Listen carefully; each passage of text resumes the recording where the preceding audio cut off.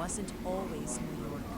Before the skyscrapers, before Times Square, before the subway even existed, this place was a network of forests, rivers, and thriving native communities, especially the Lenape, who lived off the land long before anyone called it the New World. Then, in the early 1600s, the Dutch showed up looking for profit. They built a trading post at the southern tip of Manhattan and named it New Amsterdam. It was a rough, busy port town, more business than beauty, focused on fur trade, shipping, and survival. And yes, the famous story says Manhattan was bought for about 60 guilders, later turned into the myth of $24. But the real story is more complicated.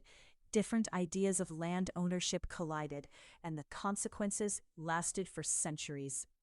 In 1664, the English took over without much of a fight and renamed it New York.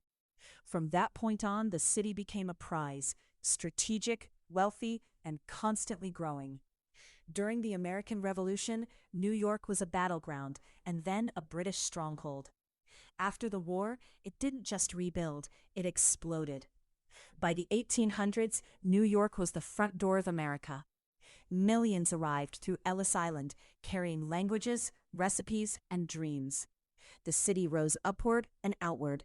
Bridges stitched boroughs together, the subway tunneled beneath streets, and neighborhoods became worlds of their own. Harlem, the Lower East Side, Chinatown, each shaping what New York even means. But history here isn't just success, it's struggle.